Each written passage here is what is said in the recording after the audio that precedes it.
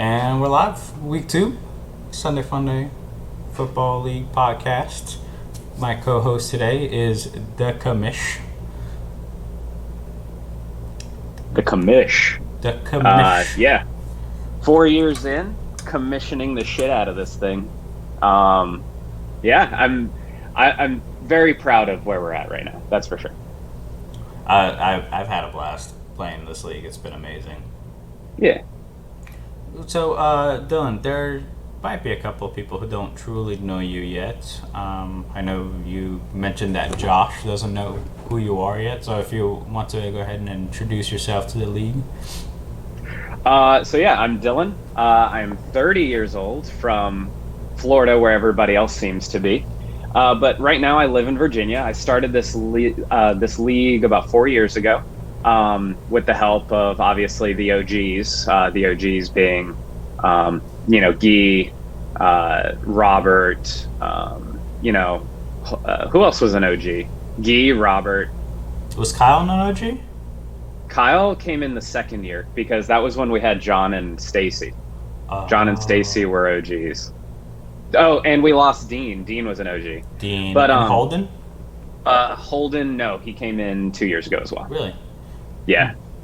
So I started this league 4 years ago with the idea that I wanted a higher stakes league. And it's just kind of spawned from there. And I've always been kind of a content creator. That's what I went to school for at Florida State. I wanted to create content in the writing medium mainly. And then it kind of spawned into videos and stuff like that. And now I wasn't, a content creator in the vein that Kyle is. Kyle is like a legit content creator. I was just a writer. I just went for communications and creative writing. And I worked in New York for a little bit for Major League Gaming, and that was fun.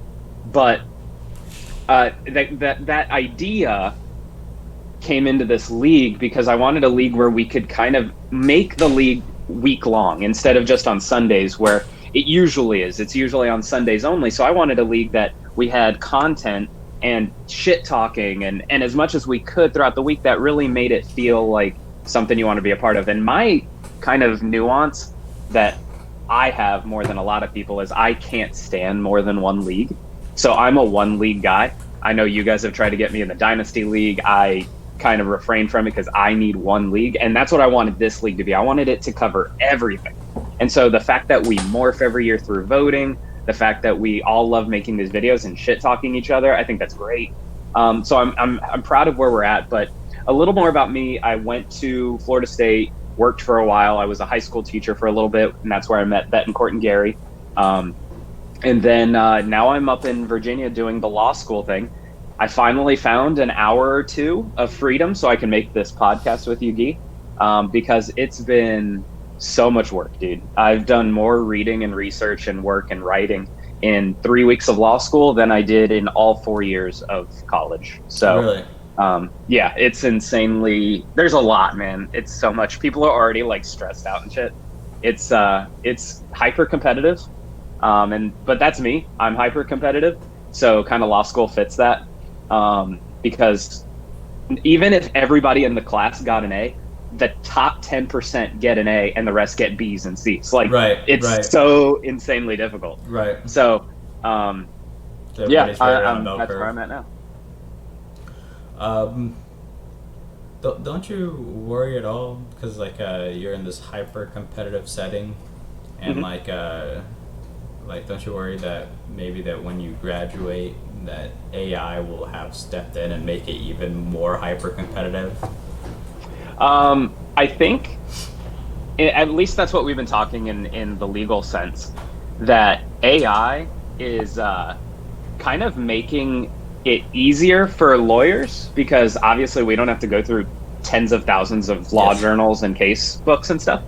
And I think I think you're right. I think it's going to make us a little more competitive because now not only do you have to have a certain threshold to meet of using AI and understanding how that works, it's going to separate kind of the shitty ones from the ones that can adapt to that. Right. Yeah, because if you can use that and have way more kind of volume to work with, you're going to have an advantage on somebody that doesn't know how to use it, and they have a smaller volume to work with because they only have so many hours in the day. So, yeah, I think you're right. I think AI is just going to make it more competitive, for sure. Yeah, I just think it's just like there's going to be a lot of you guys that are going to get degrees and just aren't going to be able to find a job because you're going to need less lawyers to do the lawyering. Well, I don't know about less lawyers, just because there's such an art to law, in the sense that... Well, you got to just think if one guy is just 10 times more productive now. Oh, you know what I mean? Well, it's still a client attorney relationship, and right. You only have so many hours in the day to talk to people. Like, right. I'm only going to be able to talk to X amount of people a day through email and phone. But yeah, I think if you're able to research a little bit quicker, it'll make you more efficient. Absolutely. Yeah, it's just that I read a post the other day. It's like this guy who's built his own AI for lawyer contracts, and he pit up his AI versus like 3 professional lawyers, and it took them an hour and a half to do this contract, and the AI took 30 seconds, and it committed less mistakes. Sure. You know what I mean? Yeah. Like, I just think it's going to be great for you guys because there's like going to be less paperwork bullshit once you figure out how to use it. I just worry about like the guys that aren't good at it. Oh, I mean, I'm all about efficiency, and I mean, I always go back to the cliche, like, if a robot can do it better, I kind of trust the robot because robots don't have bad days. Yeah, true. If I'm making a car, if I want a car, I don't want a car that had, Jim, who just got, in a fight with his girlfriend, that installed my windshield. And then now it's like half fucking on there. But a machine won't fucking have that. It'll just put on the fucking windshield. All right, let's go into this thing, Dillon. Starting up on our power rankings. Heyo. So these are my charts. You guys, Sean and Josh, aren't familiar. I love these charts, even though I get shit on every year for them. But you know what? Whatever. That's the point of these power rankings. So yeah, take us through it. So we got number 1. It burns when I pee. I'm very surprised with that. Do you know why the roster thinks he's the number 1? So you can see that, granted, he didn't score the most points in the league, but when you think of like power rankings, you immediately think, oh, the person who scored the most points is the best team. But this algorithm looks at the rest of the league, who he's scheduled against. So his playoff odds are 95%. So he plays worse teams than other teams. And he has the rest of season strength. So it counts injuries, it counts when those guys have bye weeks. So if you guys have players that have the same bye week, this algorithm knows that, and it knows you're going to suck that week. And so it kind of takes all that into consideration. So he is number 1 in rest of season roster. And also has number 1 in playoff odds. Exactly. I see. So after 1 week, the algorithm thinks his division sucks, and that he's going to have the best chance to win the most games moving forward. Right. And he's already scored 219, which is pretty decent. It is really good. But again, this is 1 week worth of data. We got to wait 2 or 3 to really see what this is thinking. Yeah. It was like that last season too. And then you lost to mostly AFK auto draft team. That's Sean's team. Number 2, he scored 206. And just so everybody knows, that cons column, that's consistency. Everybody's number 1 because we've only played 1 game. Yeah. What that takes into consideration is, if you're scoring 220 one week and then 110 the next week, that is not very consistent. So it's going to take that volatility into consideration when it's putting together the rankings. So this week we'll see, like, if you really go off, whether it be way over or way under what you scored last week, your consistency rating will show.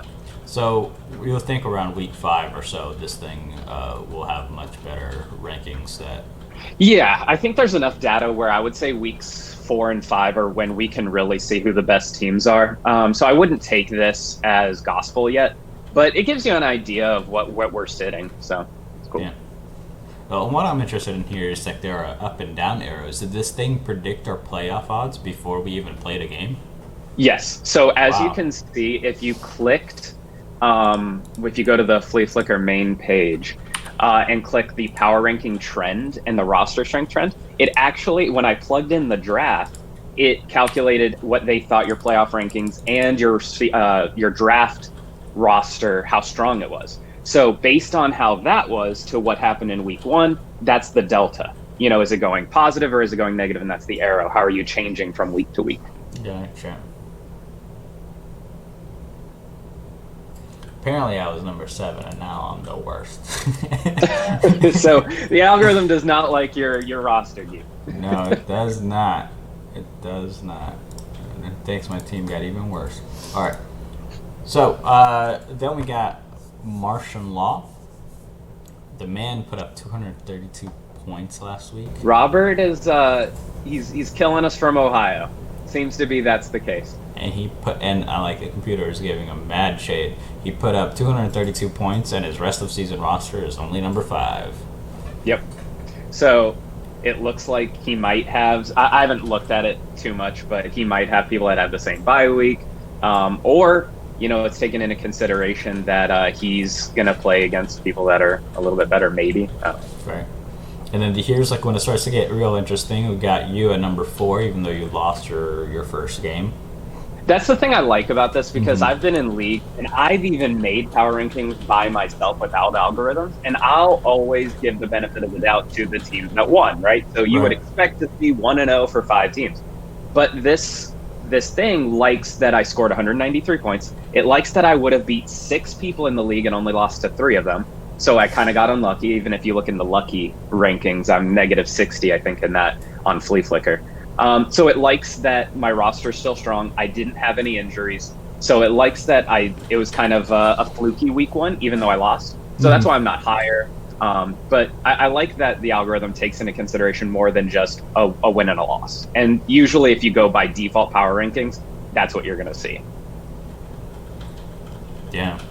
And then we got Chalupa Batman and Trophy Chasers real close to each other in points, 166, 180. Also, the fact that you said really close in points, it's true. If you look on the far right in the power rank score, you can see exactly how close people are in the algorithm. So, granted, if we look at the power ranking real quick, you can see 8 and 9, Elderly Gangbang and House of Priapism. They are like 0.15 apart from each other. Yeah. That is a very small gap. So they are pretty much 8 and 8A. Right. But the difference between Trophy Chasers and Breaker of Chains, that's a full point. So that's a big change. Right, a big change. Here's the real interesting thing, though. It thinks Trophy Chasers has the number 10 roster strength. Yeah. It thinks it has the worst roster out of all of us. And I'd have to agree. we all kind of dookied on him. But the man did put up a lot more points than I did last week, so... He did, but I mean, when you have 4 guys on your bench that can't play, it makes the choosing a lot easier. So it's just gonna, he's gonna have the max points he can. Right, and his bench literally cannot play. It's got suspended people on. And then we got Breaker of Chains and Elderly Gangbang, like you said, so close. Who would have thought that last year's champion would be right next to last year's total dumpster fire, only beat Dillon team? By the way, that's the nicest thing you could have said about Holden. You limited it to last year's. He's been every year. No, but yeah. I mean, that's the story when you have drafts. We're going to all kind of smush together. If it was a dynasty league, it'd probably be a lot different. Oh, yeah. But Breaker of Chains is 0-9. He would have lost to every team. He is, but the computer still loves his roster. It's got him at number 4. And even though he only scored 114 points, man. Yeah. And I think if for example, if we were making this from scratch without an algorithm, we would have put him dead last, right? 114 points. Possibly, yeah. I mean, I would have tried to look at his roster and maybe try to give him a benefit of doubt. These guys have, and that's where the algorithm did that for us. Yeah. That's pretty cool. And then House of Priapism, another. Gary's always had a really strong team. I thought Gary is always strong. He's always strong, and I thought he would be really strong this year too. He didn't go. And then me with the absolute super disrespect. By the way, back to Gary real quick. If Sean and Josh, or maybe other people that don't know about Gary, I love his strategy every week. If you guys haven't noticed, he takes everybody off the starting lineup. It is 0 points, like, until Thursday, or even Sunday at times. Like, he won't have anybody on there, so you have no idea what he's working. You can't. He tries to outthink you. Yeah, as well. I love it. I fucking love it. Tries to make you make some mistakes. Oh, it's great. All right, let's go on and check. So you feel disrespected, by the way? Oh, absolutely. Are you kidding me? Man, my team. You have a 43% playoff odds, though. Like, that's higher than 6, 7, 8, and 9. Yeah. Talking about disrespect, let's go look at martial law at my game. And, you know,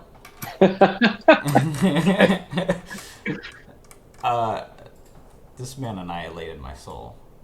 Mm-hmm. Yeah. Yeah. He had... I mean, yeah. He had, like, basically 3 players put up 40 points. Is that consistent? Is that going to be a thing we have to watch out for every week? No, Dak Prescott's not going to put up 400 yards and 4 touchdowns every week. McCaffrey's not going to get 200 yards and 2 touchdowns every week. Mm-mm. You know, Mark Andrews had a solid game, but again, he was playing against Miami. Right. Like, Dak went against the Giants. Andrews went against Miami. And McCaffrey, when you are used that much, which I am a huge volume theory guy in fantasy football. Like, you just have to have volume. You do. And for some reason, I guess I don't think it's for some reason. I truly believe, and I don't want to sound terrible or like the Grim Reaper, but there's no way you can stay healthy with that much volume, and there's not a lot of guys around you that can ball out and take the pressure off you. I know DJ Moore is decent, but Cam Newton looks fucking trash, and McCaffrey is gonna break down. Like, the average career span of a running back is already so low. The dude is gonna die. Man, I hope not. I love watching him play. Dude's so seriously, good. He's amazing, and I was a non-believer of him coming out of college. I remember we even had a talk when in the draft. He was like, if you were asking me if I wanted him to go to the Bucks, and I was like, no. It's scary, man. Like, I don't know. Having that much volume, getting hit that much, is just that can't be good. He's gonna take one bad hit. He almost had one on Thursday. Yep. The one that he got hit in the mouth on one of them. That was bad. Yeah, I just think that Rob had some great matchups. He's gonna put up some points, but he's always gonna put up points though. Even with a 0 burger. Even with he's got to get that figured out. And Joe Mixon getting hurt too.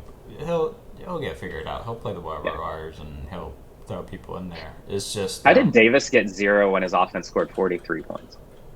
I'm going to tell you, it's Denzel Ward. Okay. That's my excuse. Denzel Ward's decent. Yeah, like the dude just shuts down corner, and like Marcus Mariota is like, I'm not even going to look at that side of the field. I'm just going to throw to everybody else. The Darrelle Revis effect. Yeah. But yeah, no, his entire team's like, he's got touchdowns all over his team. And, you know, I mean, Alvin Kamara, that's 24.6. That's an absolutely normal game for him, I guess. You know, you can take away some of those yards and give him a touchdown. That's a normal game. Yeah, I would expect him to hit 40 more often than any other guy on his team. Alvin? Yeah. I'd say McCaffrey, but they're both right up there, though.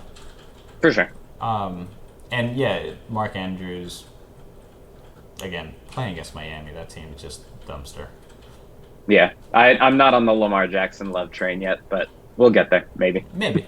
Maybe. And then my team, just absolute shit. It was like 0 touchdowns all across the board. Yeah. Jared Goff looked like absolute trash. I watched that game, and I'm seriously worried. Like, I'm really worried because he looked bad. He looked really bad throwing the football. Oh, for sure. I mean, Goff got paid, and I wouldn't trust him in the last 8 minutes of a game when my team was down. So, yeah. I don't know. Goff's scary to have. Speaking of like Mike Evans, I'm looking at your wide receivers that sucked. What XFL team is Jameis going to be on in Week 6? Oh my God! James is so bad. Yeah. I've tried to tell everybody this is like he's blind to linebackers. He just doesn't see them. And then when he tries to put the touch on his pass, I don't know, maybe it's like the baseball thing. When he zips it, you know what I mean? When he puts everything behind him, he throws that dart, it's beautiful. He does really, it's accurate. He's got it on point. And that's why people think he's good, because like that's like the most thrown NFL pass, like those 10, 15-yard passes that are just an absolute bullet, right? Like he's really good at those. People think he's good, especially, and then you throw in the highlights of him dancing around the defensive lineman trying to tackle him, and then he gets away from the pocket, and then he chucks it deep to Mike Evans, and Mike Evans catches a 40-yard bomb, and you're like, oh man, Jameis Winston is so good. You know? Yeah. But the second he tries to put touch on his passes, he's like a different quarterback. I think Mike Evans, and I've said this before, I think I said it last year, Mike Evans is probably responsible for two people's NFL contracts. That's Jameis and Johnny Manziel. Like, he is responsible for those contracts, and he should get a huge kind of like finder's fee almost for that. Just because, I mean, and it goes back to, honestly, Jameis in college. As you know, I'm a Florida State guy. One of my favorite probably my favorite quarterback of all time, other than maybe, Brad Johnson or something. But he got so much help from one of the most stacked teams of all time in college history. Like, that 2013 Florida State team had 10 NFL starters on both sides of the football. And so Jameis didn't have to do crazy stuff. And if people remember in 2013 and 14 when he played there, we were behind every game. Like, there were times where we were just like behind because Jameis threw 3 picks. And Jameis would put us behind. But then our defense shut him down. And then Jameis, got to come back because we had a great offensive team with Dalvin Cook and Devontae Freeman. And so Jameis always had help, like extreme help. Oh, I think last year I checked, like every single player in that starting defense is in the NFL. Yeah. I mean, that team,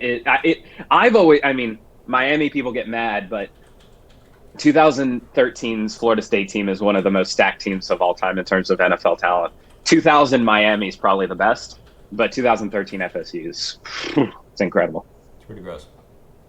So let's go over to Breaker Chains versus Trophy Chasers. This was a pretty ugly game for Trophy Chasers. Again, we were just talking about Jameis Winston and Cam Newton. Both quarterbacks look terrible. Watching these guys play have been so bad. He got 16 points from both of these players combined last week. And here's what the I NFC South is trash. No, the Falcons and the Saints are still good. I don't know. Did you see that Falcons-Vikings game? Yeah. That Falcons team does not look that good.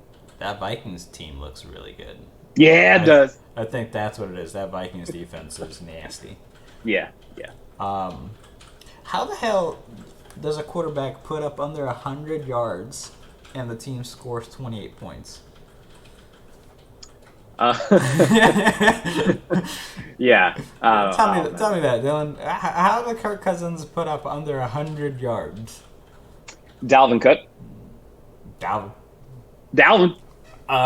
Man, I really don't understand why he played like Jameis or Cam Newton over Kirk Cousins.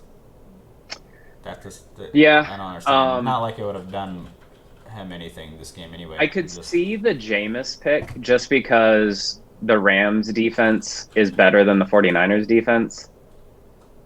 Let me see. I would say if I was week 1 before all the games were played, I would probably go Kirk and Jameis. But you play Cam for the upside. You kind of remember before he went on this 8-game losing streak when he was decent and he would get a shit ton of points, but before his shoulders started looking like absolute doo-doo. It continues to be absolute doo-doo. I don't know. I think in week 1 especially, you try to play more upside than matchups because you don't really know what these teams are coming in with. That's true. Yeah. So, I don't know. I tried to tell him, though, in our week 1 podcast that Tampa Bay would be in some poopy games. Try to warn him. Are you just like a fanless NFL person floating in the water? Yeah, as of now I am. Yeah. As of now I am. That's fair. it's unfortunate, but I still love the NFL. I still watch the games. Yeah. But on the other side, Kyler Murray, 300 yards versus Detroit. Yeah, I mean, Kyler game. Murray, and I think 27 of those came in the fourth quarter. So that's good. And then here's my what the fuck were you thinking of the week. The man put a tight end in his super flex spot. Josh, I know you're new, and I know we shit on you a lot. But man, get 2 quarterbacks on your team. You had Tom Brady on your team, and then you dropped them. Yeah, that was that. I think that's the bigger what the fuck. Yeah. Listen, we can start 2 quarterbacks. Trust me.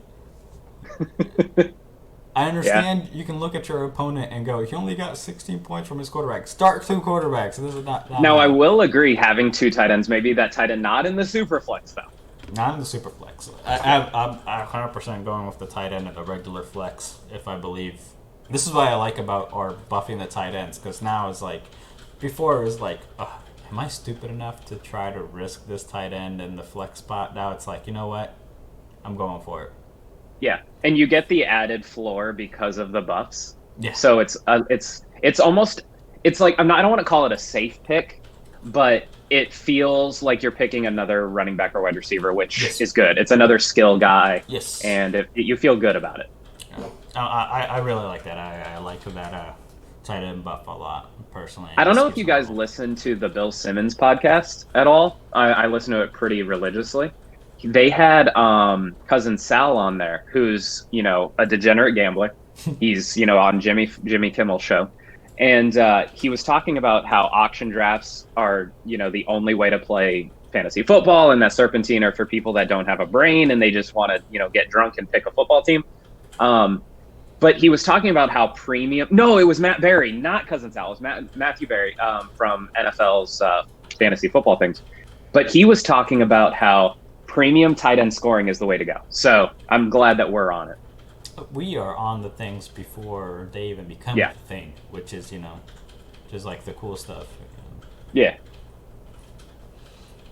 Yeah, but there's a reason we trash this team. There's a reason why the computer is trashing this team. And the main reason is Melvin Gordon, Kareem Hunt, and A.J. Green. You have 3 guys on your team that you can't even play.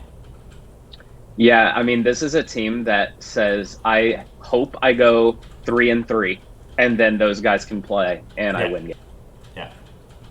I mean, I hope it works out for you, bud, but, seriously, get a second quarterback on your team. You need one. What sucks, though, is I see, even when those guys get back, a lot of the guys he has are, low floor guys. I could see Shepard getting a 0 or a 2. I could see Jarvis Landry getting a 5 or a 6.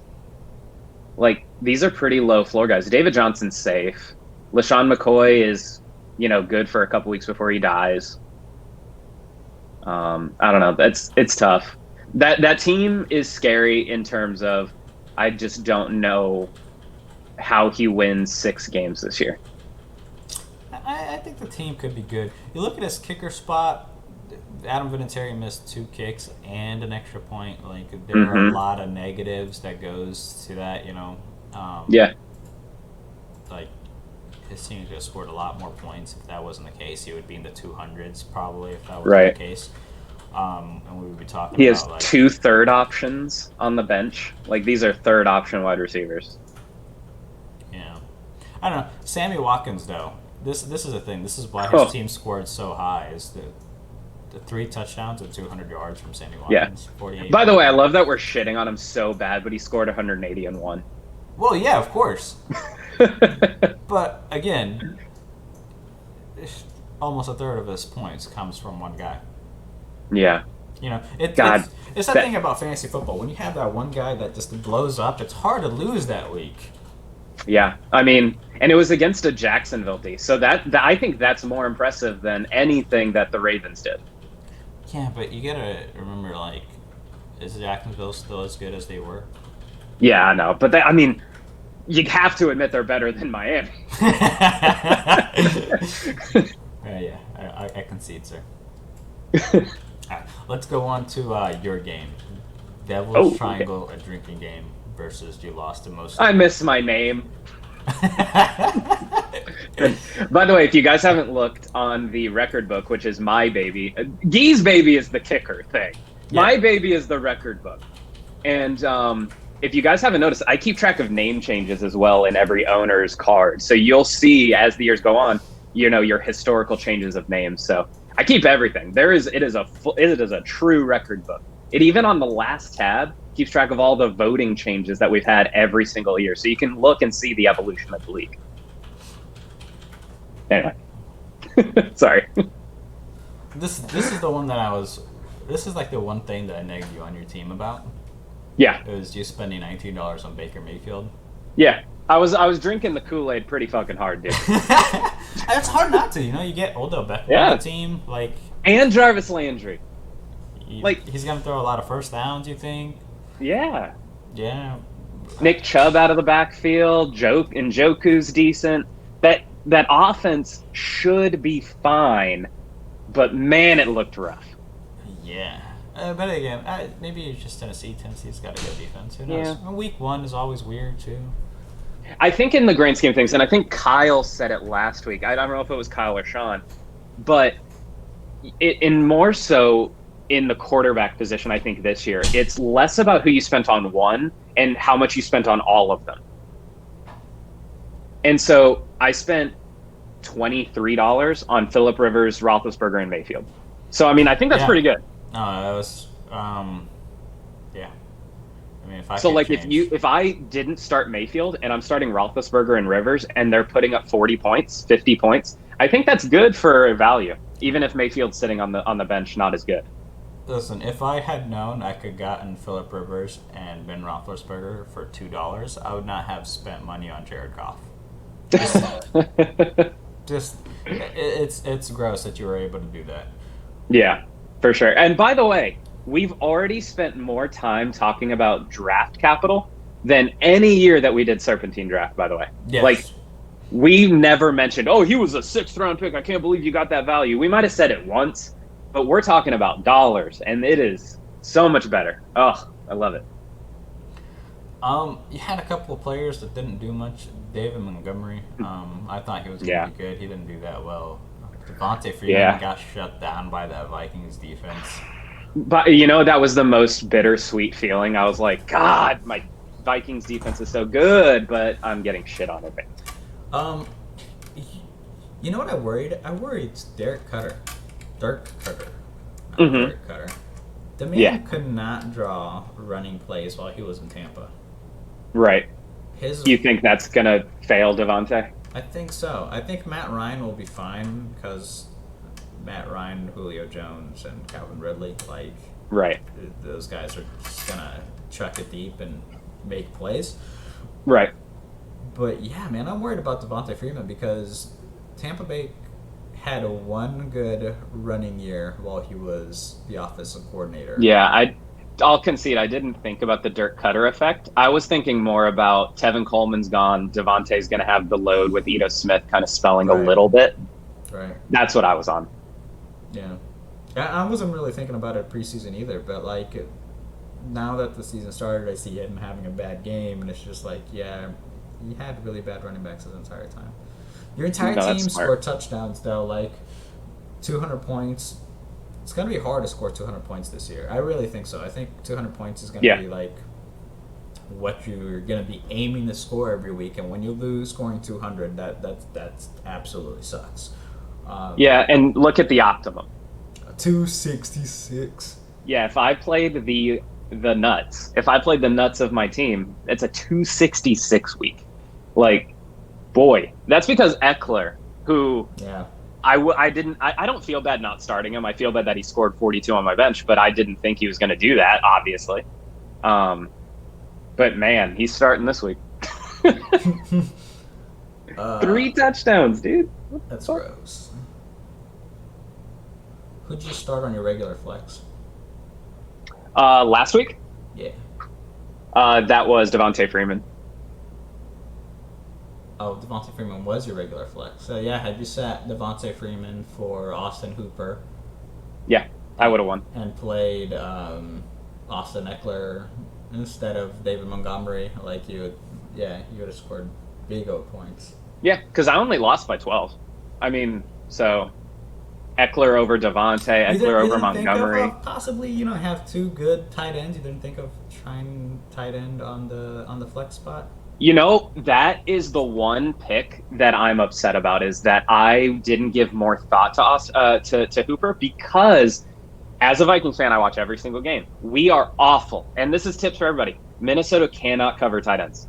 And I know a lot of those points came in garbage time, but Minnesota is not a linebacker coverage team, and we rarely put a defensive back on a tight end. So it's just tight ends eat on Minnesota. We kind of shut down the running game, as you saw in Devontae, but we let tight ends eat. So I should have gave that more thought for sure. Yeah. And then on the other side, Sean picked up Tom Brady from the waiver wire. Somebody dropped him. That could have really used these 32.5 points. You know what I mean? Yeah. And even if he started Mariota, though, I still would have lost with my lineup. Yeah, but still, that still fucking sucks. Yeah. Chris Carson, 6 receptions. We talked about this on week 1 when I was talking with Kyle and Sean. Is just that I don't think that they're gonna throw the ball deep a lot because they don't have anybody to throw the ball to. They have Tyler Lockett, right? Now look at this. They're using Chris Carson on the passing game. I think Russell Wilson had 20 attempts, and 6 of those attempts were to Chris Carson dump offs to the running back. You don't buy the DK Metcalf coming on late hype? I think it's possible. The kid's got undeniable talent. I don't know. Dude can run 2 routes. I know. What's funny is DK Metcalf has the best physique in the NFL. Like, the dude without a shirt on is the scariest looking motherfucker I've ever seen in my life. Like, if I saw him at the gym, I would just ask him what he does, because it's the most insane thing. Like, if you guys just pause this thing, go look at a picture of DK Metcalf without a shirt on and just ogle at what the fuck that is, because that's not human. But second, Laquan Treadwell has left a very sour taste in my mouth about wide receivers that came from Ole Miss. So let's just say that about DK Metcalf. I'm pulling up some photos here for the fans at home. The man is a monster. It's scary, dude. Like, that's a wide receiver. Yeah. What? Yeah. That's a linebacker body. It's more than a linebacker body, man. Yeah. It's gross. Yeah, but yeah, Chris Carson. Sean has a great team. I really believe that, and he also had some upsides on the matchups that really got him some points.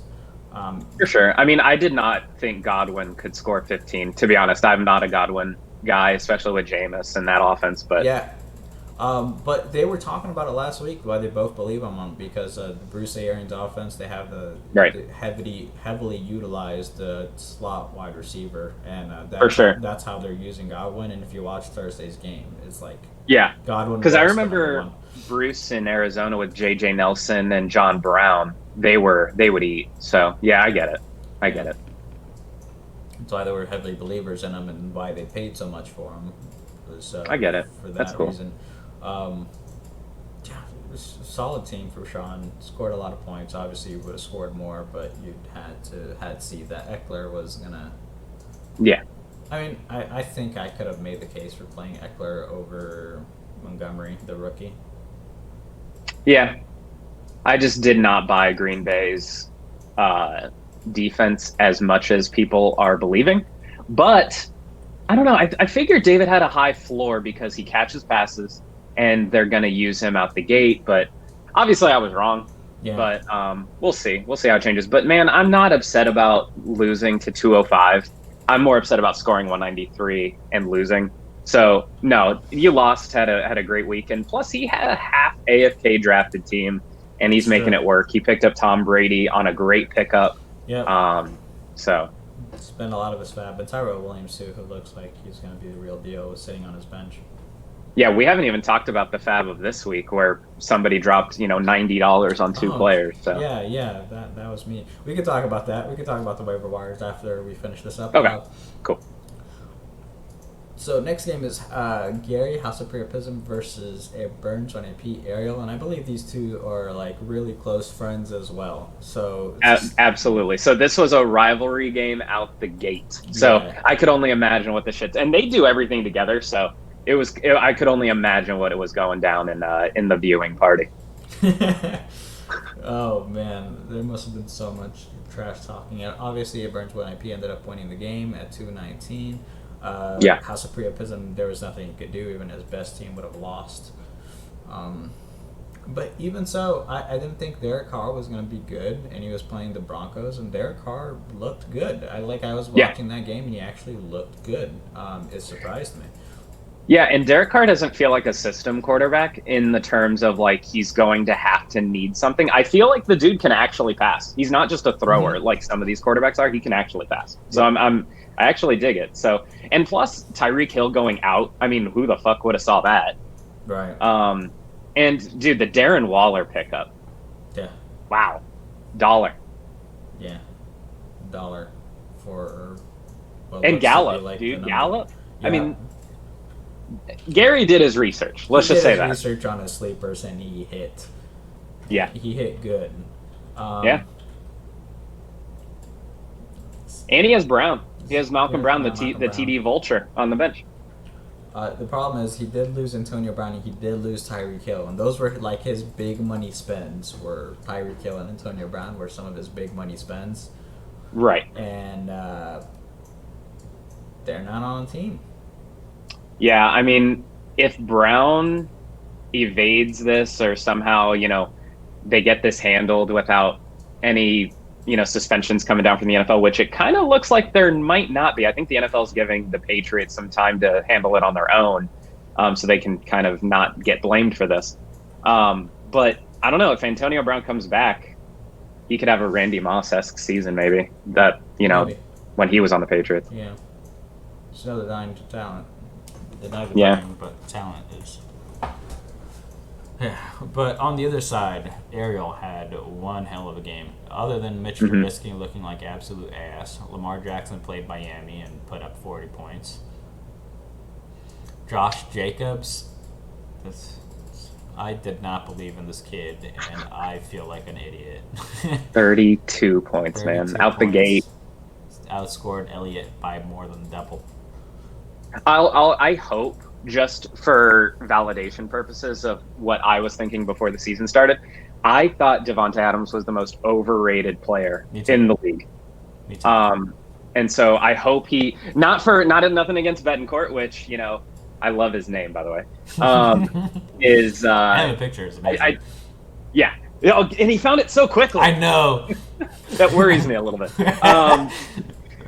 No, but Devonta Adams, I think, is overrated as hell this year, and so I did not buy. I didn't even bid on him because I did not believe in him at all. So we'll see if I'm right or, Rodgers figures it out. He's got the guy that I think is the real number one wide receiver is DeAndre Hopkins. But he's got him on Absolutely. his team too. So Yeah. Yeah. Once they picked up Laramie Tunsil, I really thought DeAndre Hopkins' value goes up. Like, he's just even better now. And then he's got freaking Walker from Tennessee. He's like, that's the number one target at the wide receiver, even though he's a tight end in that offense. They look to him a lot. I will at a say, dollar bid. I know the power rankings believe in it Burns when IP. Obviously, he's number one. Could you imagine if Lamar is actually that good and Zeke is Zeke and DeAndre's the number one wide receiver and he has Gostkowski and they're going to probably score a shit ton of touchdowns and Trubisky gets back to what he was last year? This team is scary as hell. He doesn't even need Trubisky, man. Just like play the waiver wire for a second. Right. Quarterback if Trubisky is really bad. But that's the thing about Trubisky too. Is like some games he looks really bad, some games he looks really good. I think what fooled us about Trubisky last year is because his fantasy output last year was really good, but it was also because he ran the ball. Mm-hmm. That's true. Could you imagine, like, I don't know. I think this team has such an upside. I mean, if Eifert and that Bengals offense gets rolling, like that's a guy he can roll I out really there. believe that that's gonna happen. And Deshaun Jackson, man, 8 receptions, 154 yards, and 2 touchdowns on his bench. Yeah, Like, yeah. he's got 4 wide receivers that I would feel comfortable starting every time. I saw some stat that said Deshaun Jackson week 1 has scored like a touchdown or something every year he's been in the league. I don't know if that's true, but it's some ridiculous week 1 Deshaun Jackson stat that it was too too weird to not buy into, and I think I would have started him blindly because of it. So I need to look it up, but I'll find it. Let's go on to the last game. We have Chalupa Batman versus Elderly Gangbang. Both teams did not do their best scoring. Yeah. They both could have been at 200, but the game was close. Really close. Right. I'm looking at Nick Foles going out 2 minutes into the game. Yeah. That one was rough. That was scary for Chalupa, I'm sure. Darius Geis going out but didn't start him. Damian Williams could be nice. I mean, 20 points considering what's going on over there. Yeah, 20 points even though LaShawn McCoy's on the team. Yeah. Again, it's going to be touchdowns, man. If he gets a touchdown, it's going to be a good game. If he doesn't, you're going to be like, eh. Because I don't see him getting a lot of yards just because, Right. it's not going to happen. I mean, he only had 26 yards on 13 carries. I mean, that is 2 yards, like not even. Yeah, it's 2 yards a carry. That's bad. 6 targets, but caught all 6 of them out of, little screen passes. But yeah, I mean, if you believe that LaShawn won't stay healthy, which I never do, I think Damian's value goes up as the year goes on. Possibly. But then again, there's also the rookie over there, Darwin Thompson, that if LaShawn goes down, Darwin Thompson could just take in that role and Damian doesn't go up at all. But yeah, just Chalupa Batman's got just a solid team all around. I think, yeah, I understand why she sat Andy Dalton. You can play Nick Foles instead. Seattle, Jadeveon Clowney's there now. That defense is still good. Yeah, I think she started all the right wide receivers as well. I don't think I would have changed her starting lineup at all. It looks pretty good. See, this is the one that really gets me. Mark Ingram, 25.5 points. And I wanted to believe, and for some reason, I didn't pull the trigger. On trying to pick him up? Yeah. Yeah. I wanted to believe. Dude, 7 yards a carry. But again, it's Miami. Remember that. It's Miami. Oh, it was Miami. It was Miami. You're right. Let's hold off all Ravens judgments for a while. Let's just settle down. Yeah. Miami's the worst team I've ever seen. Like, it might be ever. You look at the other side, we got Holden. Holden's team on paper, if you covered up everything but the names, you could see that this team's going to win some games. I believe in this team. I do. You think so? Yeah. Adrian Peterson was held out for whatever the fuck reason. Like, nobody knows. So, I don't know. I think that team could be good. Derrick Henry scored 33 points. Derrick Henry. Why would you play Philip Lindsay over Derrick Henry? Really? Okay. The reason I said really like that is because you are like the biggest Philip Lindsay fan. I think the kid's got amazing talent, but he's also brand new coaching staff in a timeshare, and the coaching staff was talking about how much they love Royce Freeman. And Derrick Henry last year finished on an absolute tear. He was a monster at the end of last season. Yeah. No, that's true. That's true. I think you want to just put him in there. The dude was putting up almost 40 points every single game. You think you might want to just maybe And look at that, you put up put up 30 points. You know, one thing and it's a reason I dropped Dion Lewis in week 2, is Philip Lindsay eats in PPR leagues. So does Dion Lewis. Dion Lewis is like a PPR beast. But we are a quarter PPR for running backs. Yep. So get that first down. and so if Philip Lindsay's not getting first downs, his value goes down if he's not, 4 catches, 1 first down. right. Yeah. So, yeah, I think for me, prior to week 1, I would say it was a coin flip. For me, Lindsey versus Henry, but I totally get the Henry pick over there. That's why I think it's 50-50 for me. I think I could have listened to an argument for Lindsey and Henry and been okay with taking either. But now that I'm thinking about PPR, now that you're talking about the kind of trend that Henry's been on since last year, and the fact that Henry was going against a Cleveland D that we don't really know much about. Yeah. I think you're right. I think Henry was the pull there. They were supposed to be good. Yeah, we just don't know anymore. We don't know anything about Cleveland right now. Yeah. I don't know, man. I don't know. All right, let's go look at our waiver wires. Yeah. Man, I really wish it showed everybody's bids. Everybody's bids. Are you sure there's Yeah. like no way to turn that on? There is zero way. I even looked on their help forums, and they said there is no way that you can see them. Wow. Like the commissioner can't even see them. Like I can't even see like a hidden like thing. Okay. What's crazy though is well, not really crazy. It's more easy to track now all the transactions because when it was waiver wire, like you call the Mario Kart rules, which totally makes sense. There's so many pickups, so many random drops that I'm like, fuck, like where did I stop counting? But with auction, it's more deliberate. It's more like really there's a thought process and there's a designated 3 waiver, days. And so I'm keeping track of all the transactions. So if you guys go to your record book cards for your owner, you can see exactly how many transactions you'll have this year. But yeah, I mean, the spending is weird right now. I don't know if people who are spending $50 are making the right choice because they feel like there's not going to be another one of those, or if they're blowing their load way too soon. I don't know. As someone who spent $50 on a player, please tell me. In my opinion, $50 in week 1 is like, okay, is that chance when nobody knew that this player was going to be big, and then they play the game, and you're like, oh, okay, they're going to use this guy. This is it. You know what I mean? Yeah. And you can get a guy who is a real starter, like a number 1 option for their team.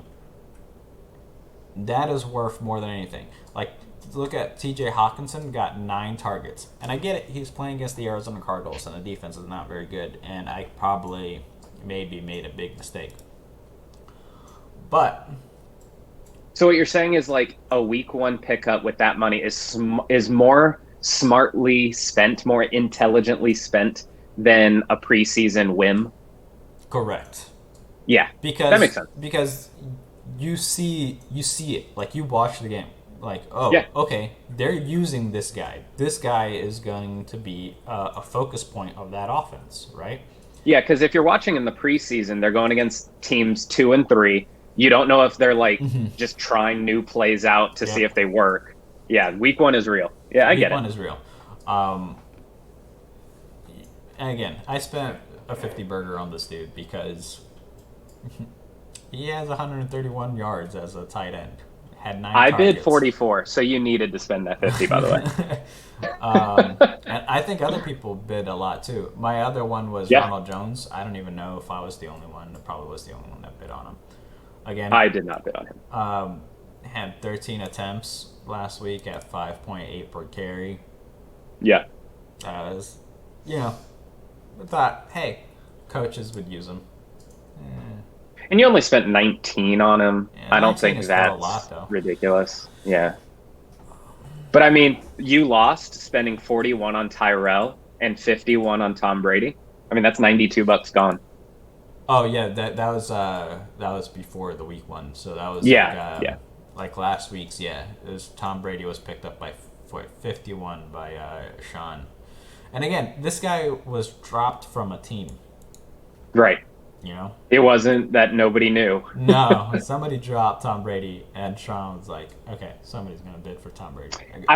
Part of me is like, are we stupid? Like, did it take Antonio Brown to realize that Tom Brady was a good quarterback in fantasy? No, I'm gonna go look up the scores from last year. Right, because while you're pulling it up, it's like Tom Brady, we made running quarterbacks less valuable and we made passing quarterbacks more valuable. That should have told us that Tom Brady's good. Yeah.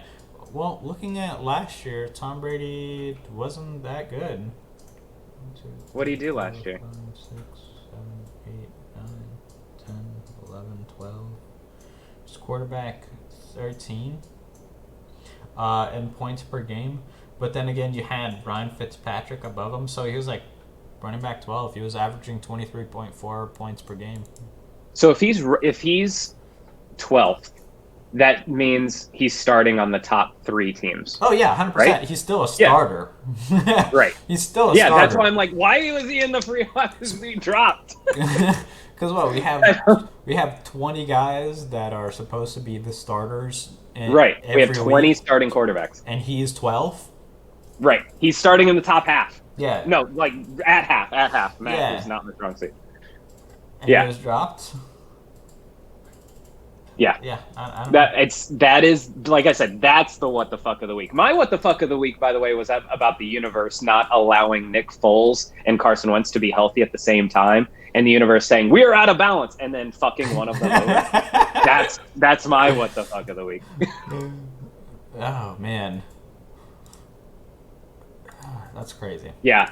Josh needs to write a dissertation on why the fuck he dropped Tom Brady. I need a full-on explanation in long form. Josh, I need need you on the podcast next week. Yes, please. You need to defend yourself. There's been so much trash talking from everyone on you. I need you on the podcast so you can defend yourself. We need him. I need to hear. Because you have to click like 5 times. You don't do it by accident. You have to click like 5 times before you drop somebody. Right. Like the league is the website's like, are you fucking sure, dude? Let's see. Case Keenum picked up a Chalupa Batman when she cut Nick Foles for only $4. She had to. Yeah, that's a good pickup. Jacoby Brissett was not on a team, which surprises me, considering Andrew Luck was the top 5 quarterback last year. Yeah, I think there's some. That's disrespectful to Jacoby. I think it really is. Yeah, but you know what? We were just talking about Josh, and he picked up a second quarterback right there. Good pickup, good pickup, sir. So good job dropping Tom Brady for Jacoby Brissett.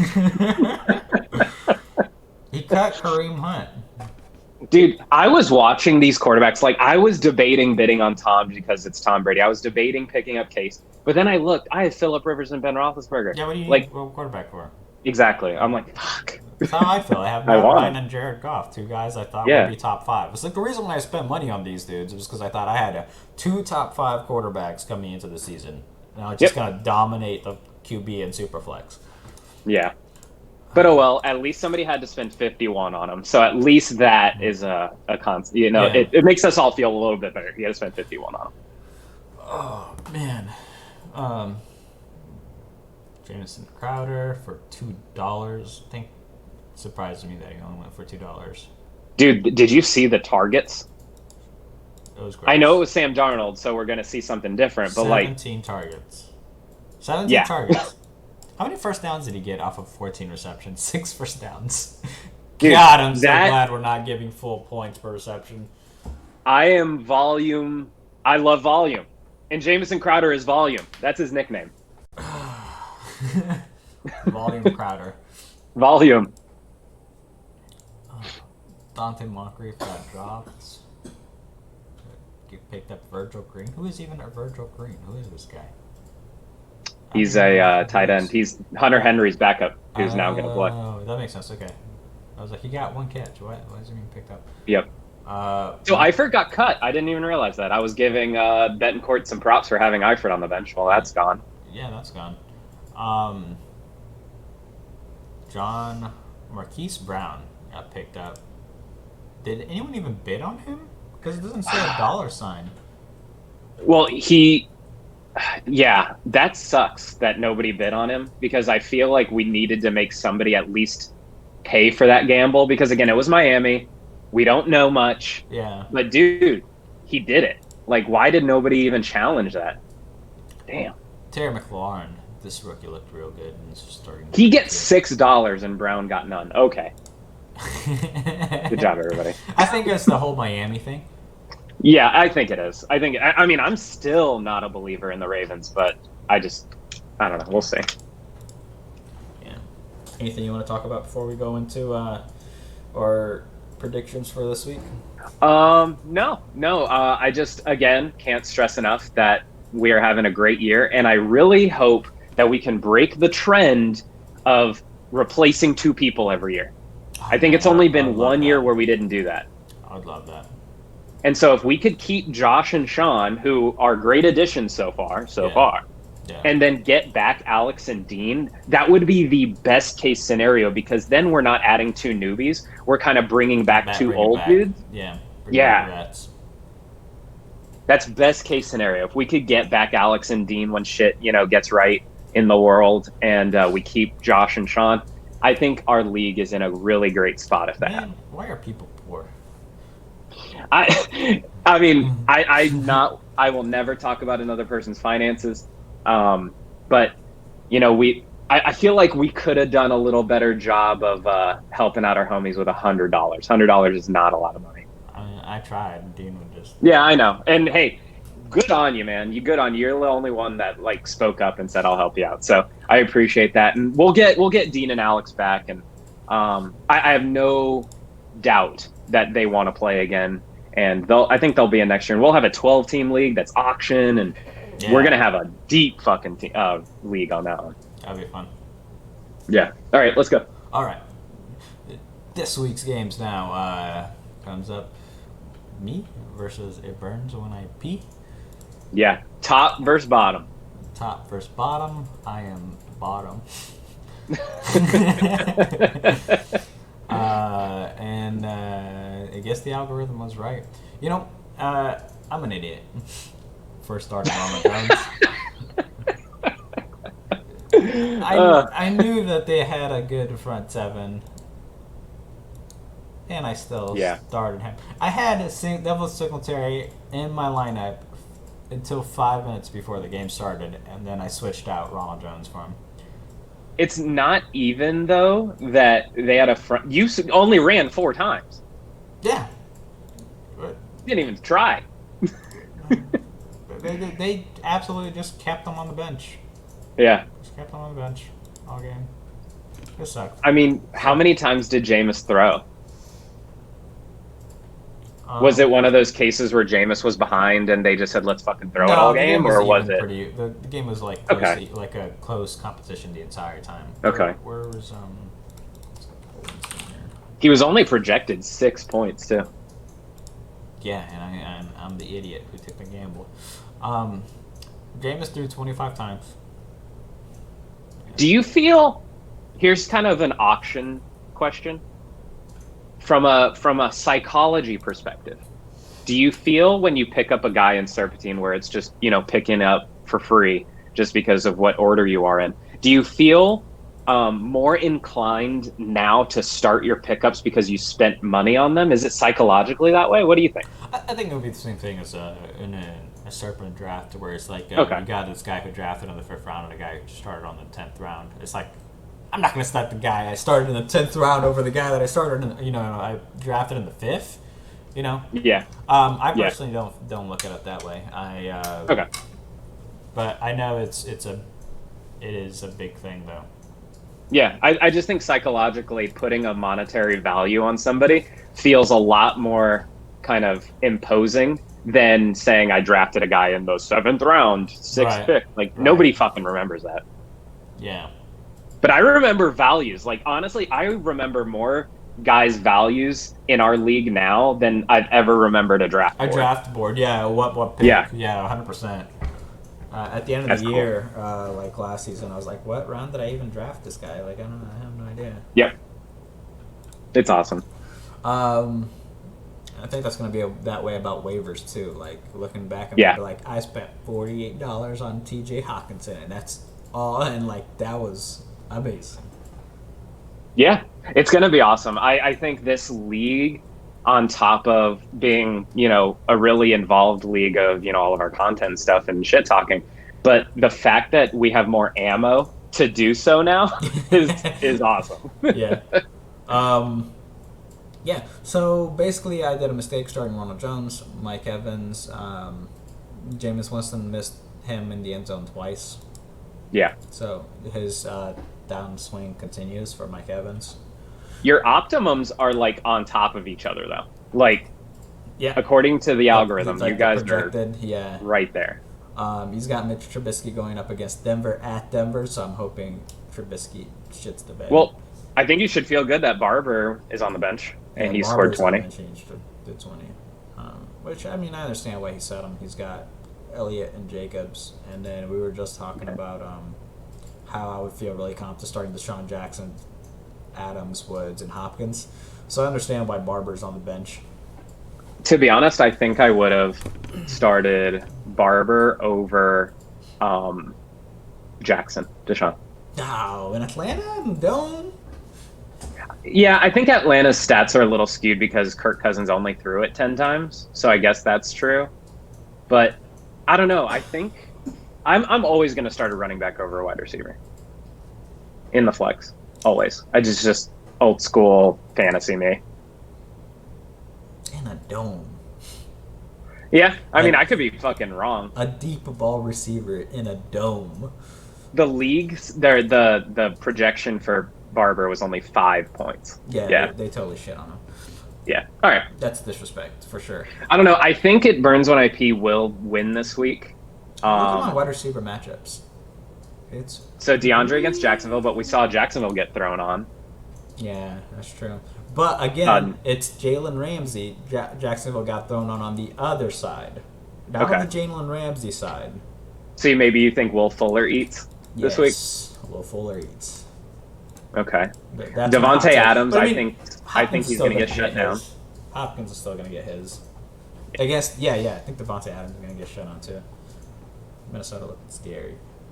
Delaney Walker might get shut down a little bit just because Indy is kind of playing with the biggest chip on their shoulder right now.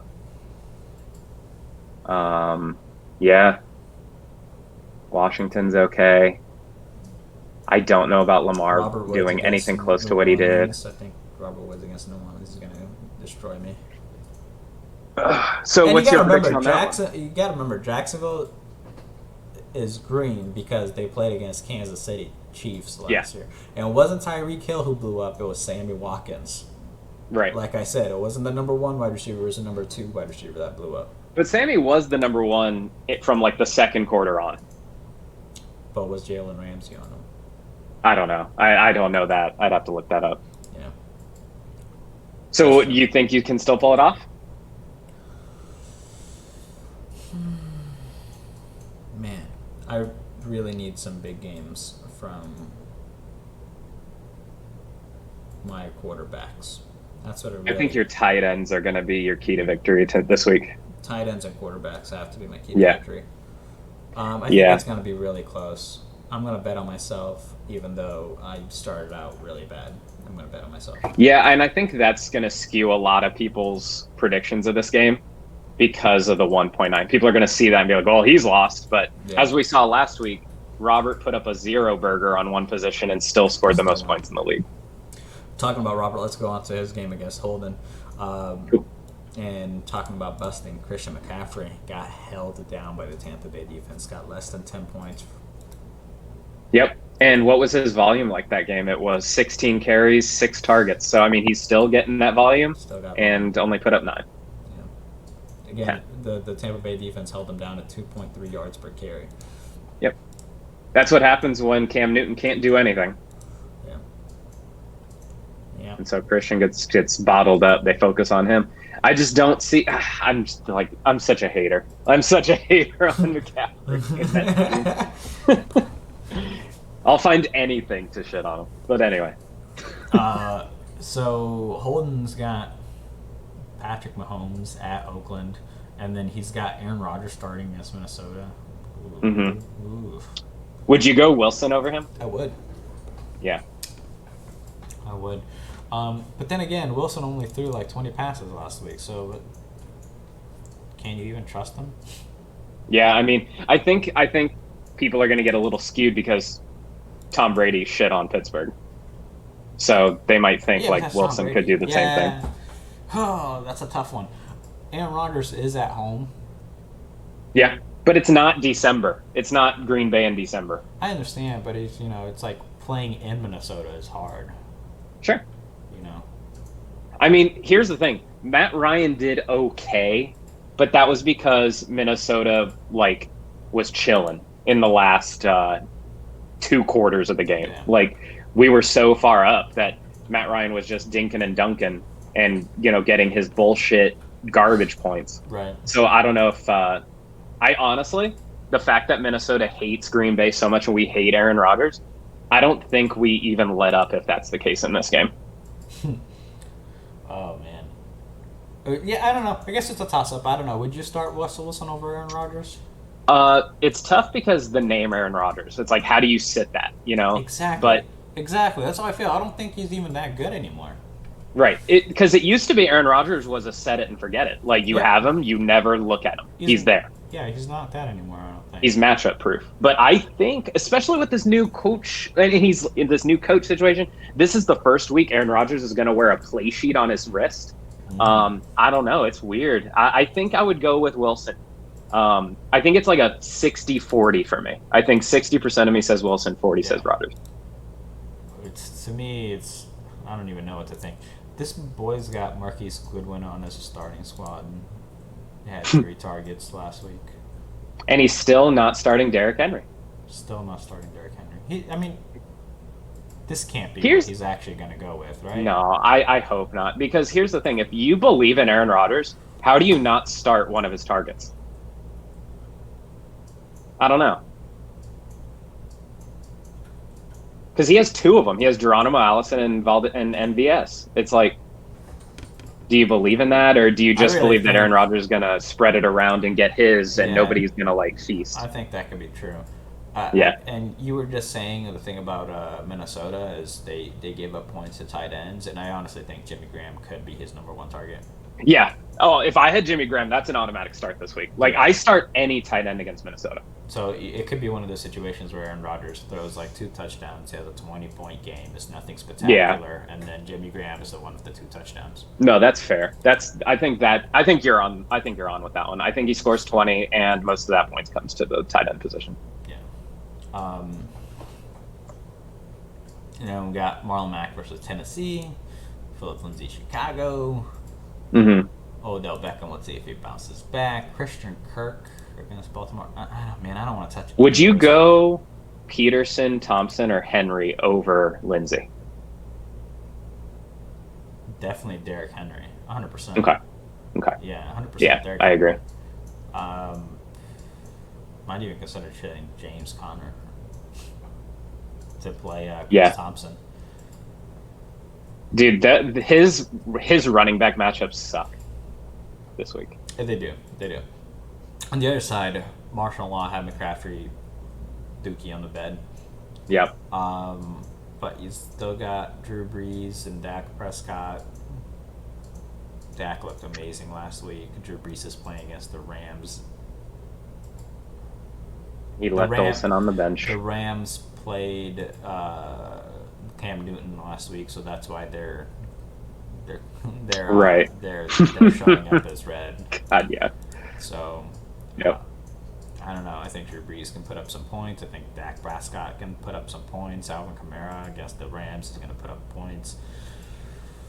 I don't know if Gio Bernard is going to do against San Francisco. San Francisco looked like their defense was actually playing well when they played against the Bucs, but I don't know if that was because Bucs. I think Martian Law is going to win easily. I think it's going to be a 30-point game.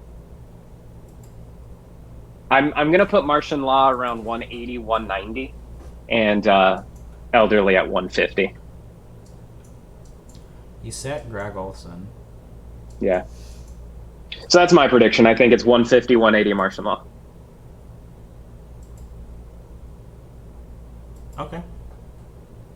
I can definitely get down with that. And talking about starting Jimmy Graham, here's Jimmy Graham on his bench. Oh no. Yeah. He'll put him in. He'll put him in. Yeah, I would start Jimmy Graham over Gio Bernard. This week. That's just me though. Yeah, what's his 4? 1, 2, 3. Yeah. Yeah, because he's going double quarterback. Yeah, I think you're right. And I think he gets to 180 regardless. Yeah. So we got Phillip Rivers. We're looking at your game now. Devil's Triangle versus Chalupa Batman. A game in the house. Rivalry game. The in-house rivalry game. Yeah, man. Detroit, Seattle. This is pretty much my starting lineup, so you can go off on this one. You're sticking with David Montgomery?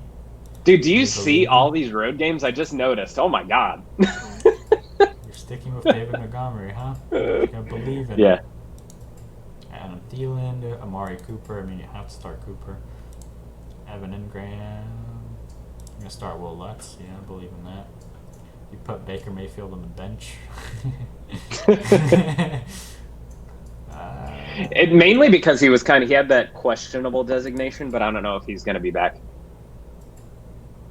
Ooh, Devontae Freeman is on the bench.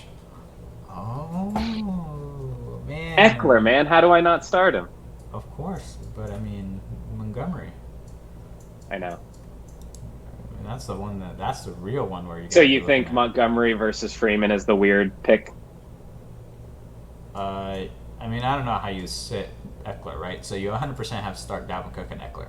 Okay. Yeah. And then now you're looking at Montgomery, Freeman, and Austin Hooper. To be honest, I think I would go Hooper over the third running back. Yeah. Yeah. Hooper played out really good last week. Philadelphia's got a good run defense, and like I said, they're cutter. I don't know. I think I would take the gamble of Hooper, but I'm not 100% sure on that one. That's a gamble. I'm gonna do some thinking, but that's literally I'm gonna have to do some hardcore thinking about the whole Baker Mayfield and Austin Hooper on the bench situation, because I think I'm set on Devontae sitting this week. All I know is I wouldn't start David Montgomery. Okay. That's all I know. Is like he's not starting. I feel you. Yeah. All right, Chalupa though. Chalupa. Deshaun Watson going up against Jacksonville. We saw what Patrick Mahomes did against them last week. By the way, do you see how many away games I have? That's insane. I've never seen that. That's almost every single game. Jesus. Away. Mark Ingram is questionable when they're playing. Probably will. Yeah. Todd Gurley. Case Keenum versus Dallas. What if that ends up being a shootout? Dallas, Washington. Yeah. Could be. I mean, yeah. And we both said Will Fuller will probably eat. That was what I think. I think Will Fuller will eat this game. Michael Thomas is a beast. I mean, he's just good. Yeah. Jared Cook. I don't know. I think this is going to be a close game. Both kickers are in the same game, in a game that I think is going to be a shootout. Yeah. So that's a wash. Oh my god, this game is so close. Yeah. Did you see the projections for Lutz and Zerline? They're the exact same. Oh my god. Oh, this game is so close. I just think you have a better team. Not only that are we close, but in the power rankings, we're 4 and 5. Yeah, I just think you have a better team. I think you're going to squeak this one out. I hope so. Watch us score 200 and I lose. Watch that happen. Oh. What do you think is going to happen? I think I'm going to win. I think it's going to be 190 to 180. I think that's my prediction. All right. Okay, so what about you? I think you're going to win, but it's going to be just like you said, super close. super, Yeah, super it's gonna close. be So close. I think it's going to be a high scoring game too. Just like I really do. I think it's going to be a super high scoring game. So let's go on to Trophy Chaser versus House of Priapism. I believe this is Alright. another rivalry game, right? Because Josh and Gary are friends. Yeah. I think Josh is more. If I had to pick one rival for Josh, it's Betancourt. But yeah, this is a close to a rivalry game. Yeah. Oh, Sterling Shepard's out. I had no idea. Yeah, Sterling Shepard's out. That's exactly what I was looking at. We got to look at who's on his bench that can come in and play. How did Kenyon Drake do last week? 4 points. Awesome. Yeah, it's dude. Miami is fucking a leper. It's an island. You don't want anybody. Just if you have a Miami player, drop them. What are you doing? Yeah. Especially running backs. Like they're going to be down by 30 every game. Wow. Vinatieri had a really bad game last week, but I understand keeping him in there. Well, the Eric Ebron fantasy football rule is that when he's on the bench, he's going to catch 4 touchdowns, and when he's starting, he's going to drop 4 touchdowns. So that's going to happen. Yeah. Yeah.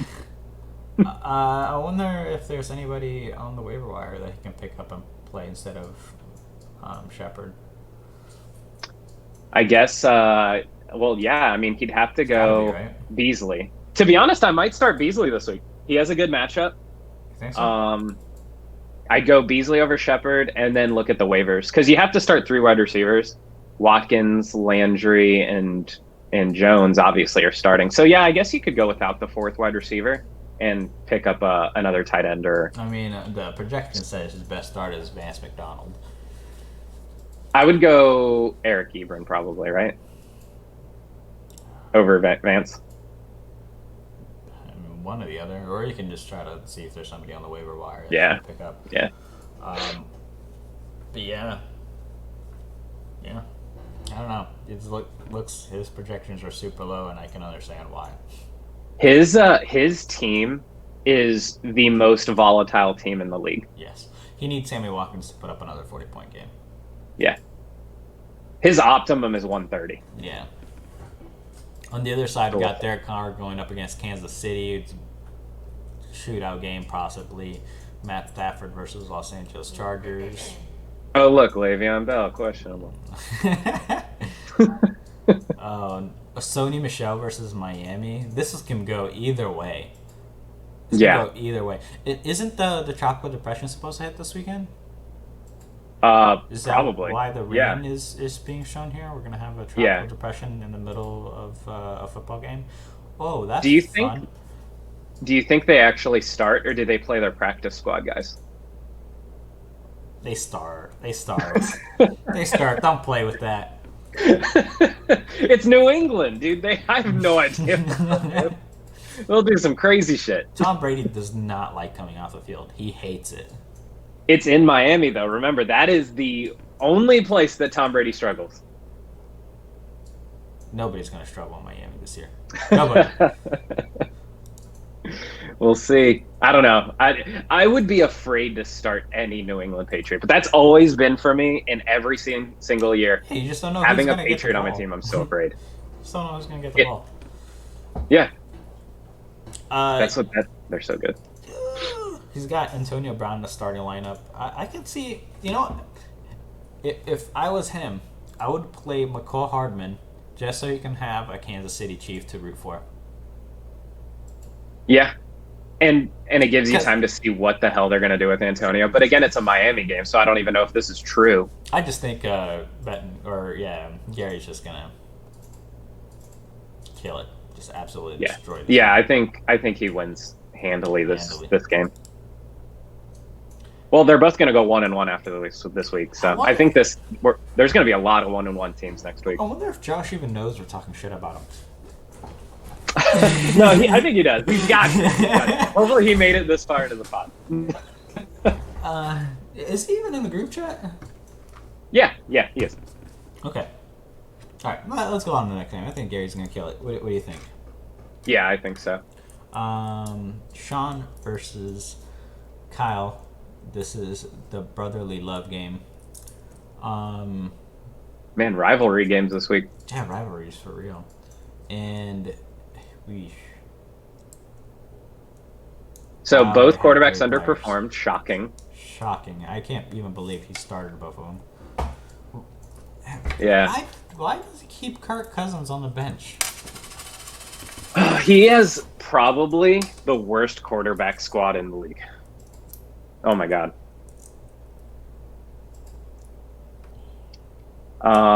Breda, Barkley, Lockett, Boyd, Moore. More play ball. Yeah. More play ball. You know what? Even though his quarterbacks underperformed, they didn't underperform by that much. Actually, Exactly. Like they were almost at 20 each. So I mean I think that's the best he can hope for, to be I mean, honest. his team, as of now, is scoring what he should have scored. For being honest, Moore Yeah. overperformed. The two quarterbacks underperformed by a little bit. Uh-huh. It's where it is. But on the other side, 0 points from OJ Howard. You didn't think he started a player, but he did. OJ didn't even get a target. Like they didn't even He was they blocking didn't the even look at entire it. game. Yeah. Bruce Yeah. Arians wanted to give him the good old FU for fumbling and dropping the pass that was an interception I like last it. year. I like that narrative. He kept Chris Godwin on the bench, though. Ooh, 27 points from Chris Godwin. From the two people that said that Godwin eats in a Bruce Arians offense. Why didn't you start him? Yeah. You would have had to start him in this flex, because I can't see starting Bruce or Godwin over Edelman, Allen, Cooks. And then he had Robinson. Oh, I would have started him over Allen Robinson in a heartbeat. Oh, really? Yeah. I can understand the bench. After watching what Chicago couldn't do on Thursday in Denver, no, I'm starting Godwin. Yeah. Especially, and what boggles my mind is that these two raved about him, and it makes sense, and they were right, They were right, yeah. and they're right. So do it. Keep going. You start him. Believe in your guy. Yeah. You're going to take a shot on a guy. You want to believe in a guy. And it works, and you're right. Um, Dude, 172 optimum. You lost has a squad that could put up 200 this week. oh, 100%. I see Sean scoring 200 and He's got Breaker Tom falling Brady short. and the Edelman stack. But again, tropical depression.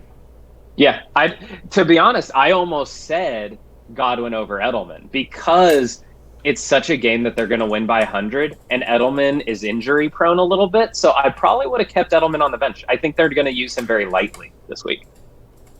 Yeah. But that's just me. That's just me kind of making assumptions and kind of predicting. I have no really data behind that. But I don't know, for how much they believed in Godwin, I'm going to give them shit for not pulling the trigger on the guy you believe in and were correct about. Yeah. And trying to say like there's more upside there than Robinson or Edelman, I think was an easy pick. I'm interested in knowing why Kyle has Josh Gordon on the bench in a game where Marquise Brown caught 2 deep bomb passes for a touchdown. Right. Yeah.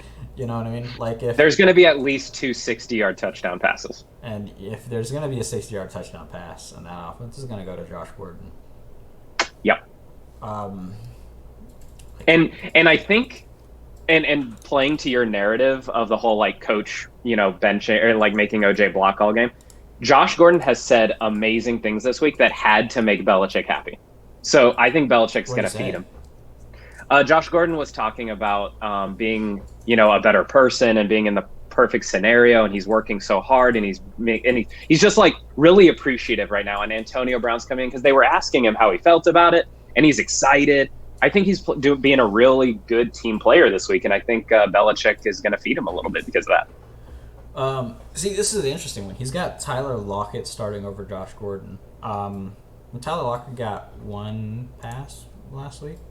Yeah, 2 targets, 1 reception for 44 yards and a touchdown. Do you think Kyle's into the belief that, hey, Lockett wasn't much involved, let's get him really involved this week? Like kind of going the opposite end and saying, like, we're going to feed him. We're going to feed him. I don't know why he would believe that. He's the one that always talks about the what was it that he called it? The something about coaching. God damn, it's escaping my mind. I don't know. No, I think you get kind of drugged by how Tom Brady thrashed Pittsburgh. So I think you're like, oh, I'm going to start every guy that goes against Pittsburgh. I think people get kind of caught up in that. Yeah, Maybe. Kyle's just said it. Assumption of rational coaching. So, Oh, okay. So you kind of believe that they're just going to be good. No, it's like as a fan, you sit back and you go, okay, this is what makes sense. This is what the coach is going to do. But that's not true. We have, like, all of last year, Seattle Seahawks paid $1 bajillion to their quarterback to throw 20 passes per game. Yeah. We know what this offense is they're gonna just run the ball over and over and over again because they have some stupid head coach that should not be in the NFL who thinks you should still run the ball in 2019 the majority of the times you're out there. I feel personally attacked right now because my coach does the same thing. Yeah, your coach also has Dalvin Cook as his running back for the moment. Yeah. You know what I mean? It's different. I will say, though, last year, the Vikings had, in franchise history, the least amount of rush attempts ever. I feel like the team just absolutely overreacted. It's like, we're throwing the ball too much. We got to start running the ball. Let's fire this guy and get a guy that only runs the ball. Yeah. I will say I love the Gary Kubiak hire for the Vikings. Man, that was such a great hire. He's so good. Yeah. I just realized that I've had our cameras over some of these players' names for this entire time.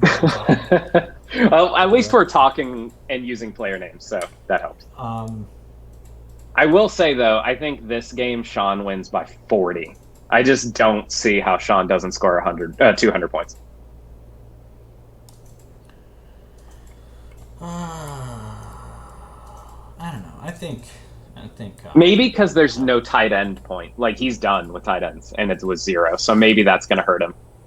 Hey, you know what? It doesn't even matter. His quarterbacks are going to feast. His wide receivers are going to feast. Yeah. And so we both take Sean in this one? Yeah, I take Sean. But also, notice how Cobb does not have a kicker on his team. He's going to stream it at the very last second. Yeah, and just remember, you have to pick it up Sunday morning. You can't wait till game time. And that was the last game.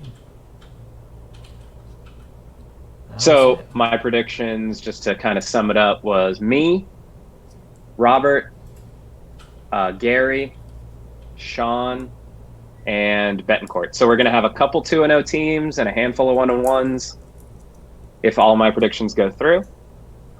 And I mean, we're having a great year, so I'm excited. I think it's going to be, for some reason, I still believe in myself. Robert, you going to beat Chalupa Batman. House of Priapism is going to win. And Sean is going to win. So, Martial Law stays 2-0. Sean stays 2-0. Yeah, so 2 2-0 teams and 2 0-2 teams for you if you're correct. Yeah. Which sounds about right for parity. Dylan, why do you hate kickers? Oh, is it because you're a Vikings fan? You know what? That made the most sense. Out of all the arguments that you said in the group chat, that one made the most sense. Because I fucking hate kickers. If anybody wants to know why I hate kickers, go to 1999. Anderson's kick in the playoffs against the Falcons. Just go back to 99 and know why I hate kickers. How many games did the Vikings lose last year? 7. How many of those were because of kicking problems? Oh, God, all of them. Dude, we drafted a kicker and cut him in week 2. Oh, my God. Daniel Carlson, who's now on the Raiders. Like, we cut him week 2, and we wasted a draft pick on it. Yeah. Didn't you guys lose your playoff games because of a kicker? Yeah. Yeah. Anyway. I love the kicking scoring rules that we got going. Okay, so just to kind of feel where I believe the kicker is right now, you know how we got rid of defenses? Mm-hmm. It feels like the kicker is now offenses. Like instead of if it said offenses instead of kicker, I think it would be the same thing. I get what you're saying. Okay, I get what you're saying. Um, what if next year we try to work for some rules that makes the individual kicker talent come out more in the scoring? That would be fine. Like where we keep it. Like I was thinking, how we have the 1 point per yard or 0.1 points per yard. Yeah. What if we buffed that and then gave harsher penalties for missing kicks? And then the individual kicker talent would be more in the more. For me, my personal fix would be on top of what you're saying, because I think making kicks of greater distances is exciting to watch. It's talent. I mean, that's where the talent comes Right. from. And so you should be rewarded justly. However, extra points should be hugely penalized if you miss them. Hugely. Because one, you place the kick. It's only worth 1 point in the game. And I feel like I know we're past the era where extra points were 2 yard kicks, when we placed it on the 2 yard, and now they're actually like legitimate kicks. But that the scoring in the NFL hasn't changed. There's Right. still a point. There's still a point. Yeah. And so I think instead of 3 points for extra points, maybe 2. I would like to go 1, but that might be extreme. So maybe 2, maybe 1.5, but make it -3 if you miss an extra point. So I think extra point penalties should be great. I don't think you should get 3 points. I'd maybe 2 or 1.5, and reward the accuracy from distances. But I also love what we're doing this year is where I believe, correct me if I'm wrong, kicks over like 60-yarders aren't penalized. I Right? think it might even be over 50 yards, but not be penalized. I'm not 100% Right. sure. Because most of those kicks are like, we're at the end of the half, might as well fucking try. Right, You know, right. like, Don't penalize those, but penalize Yeah. the 30-yard kicks. Like, even penalize the 40-yard kicks.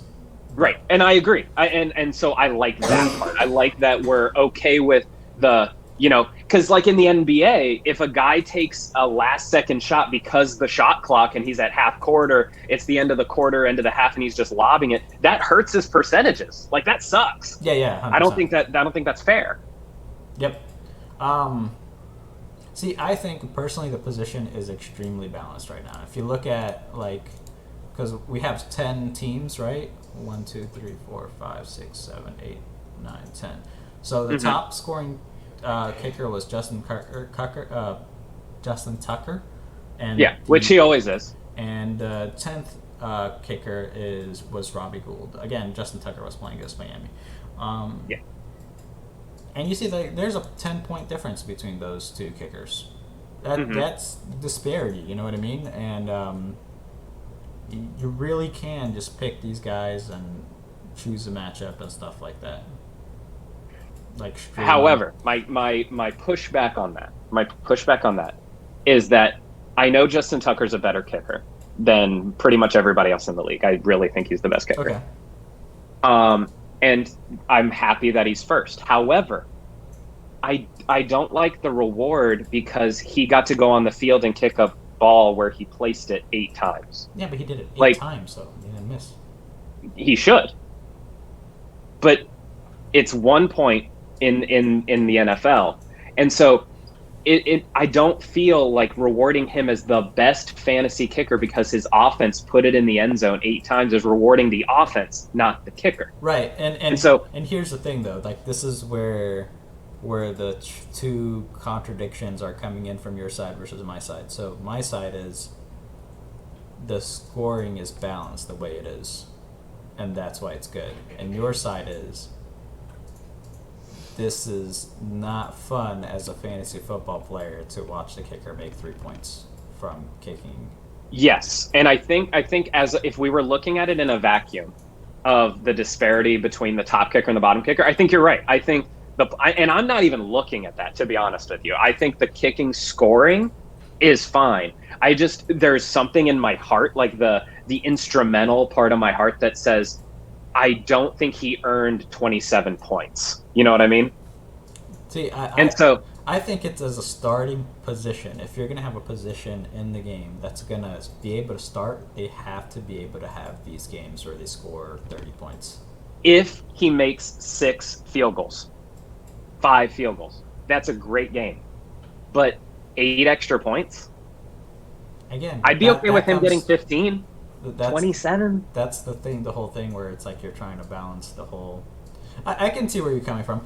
I think I can totally get down with negative 3 points for mixing an extra point, and then penalizing field goals a little bit heavier than, or missed field goals a little bit heavier than we're penalizing them now. Now here's a and I'm going to give you statistics to back up my point. Okay. Look at Harrison Butker, what he did this week. Looking up. Tell me when you pull it up. I got it. You're telling me that's less points than what Justin Tucker did?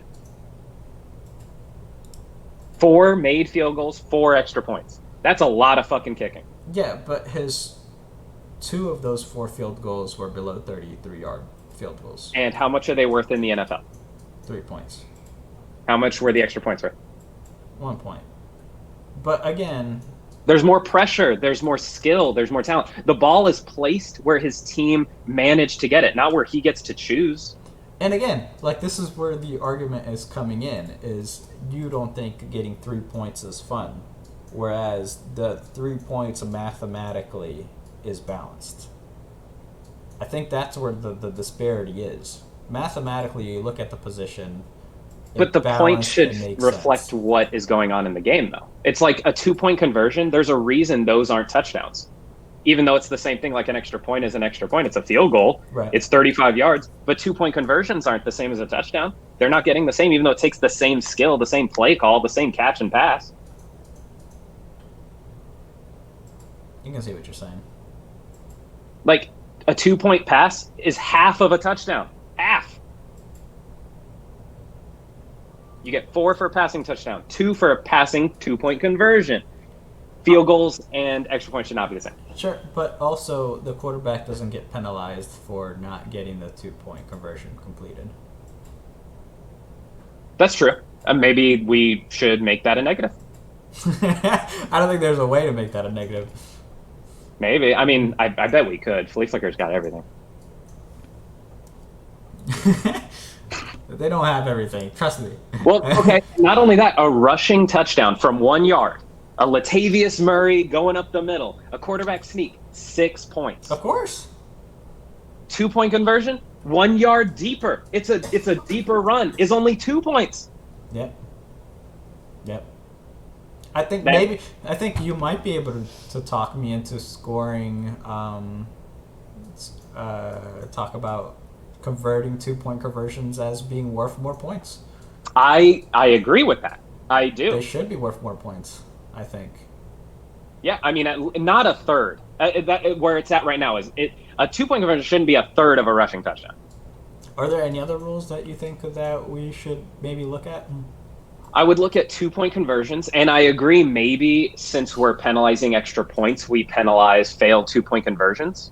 If we can look and see how that could work, that would be something to look at. I don't think there's any possible way to do that. Yeah, it'd be tough. But right now, you get 3 points for an extra point and -2. So you're not even losing the 1 made extra point for missing an extra point. Yeah, I definitely agree. Maybe -3, maybe even -4. Right. I think missing one should penalize you harshly. Because think about how many times in the game where missing an extra point is the biggest thing. Right.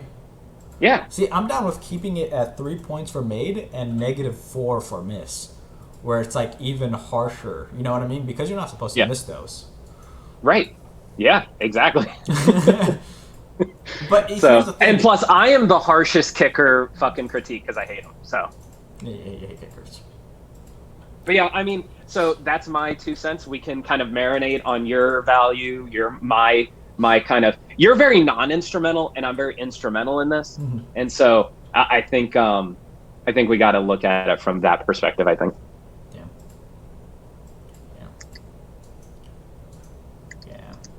No other rules that you think we want to talk about? No, right now I think that's all that's bugging me now. But as I lose more games, I'll figure out more shit to complain about. Cool. This pod has run for an hour and 45 minutes. This might Yeah. be a record. I think your guys' last one was really long too, it but was it's all like good. an hour and 30 I minutes. listened to it on like 3 times speed, which was nice. Yeah. People will probably do the same to this one because it is super long. All right, Yeah. Dillon, Kamesh, thank you so much for joining me. Of course, thanks for having me. It was awesome having you here. Awesome. I would love to have one of the new guys come in next week so we can have a new introduction to the league. But Yeah. thank you everybody And I for... know that Betancourt and Gary want to be on, and I warn you to be prepared for that one. I won't be able to handle those two. I'll it'll be a shit bystander on the Ariel and Gary show. show. Oh my god, it would be incredible. All right. Thank you again, Dillon. Thank you everybody for watching. Yeah. Have a good one, guys. See you guys.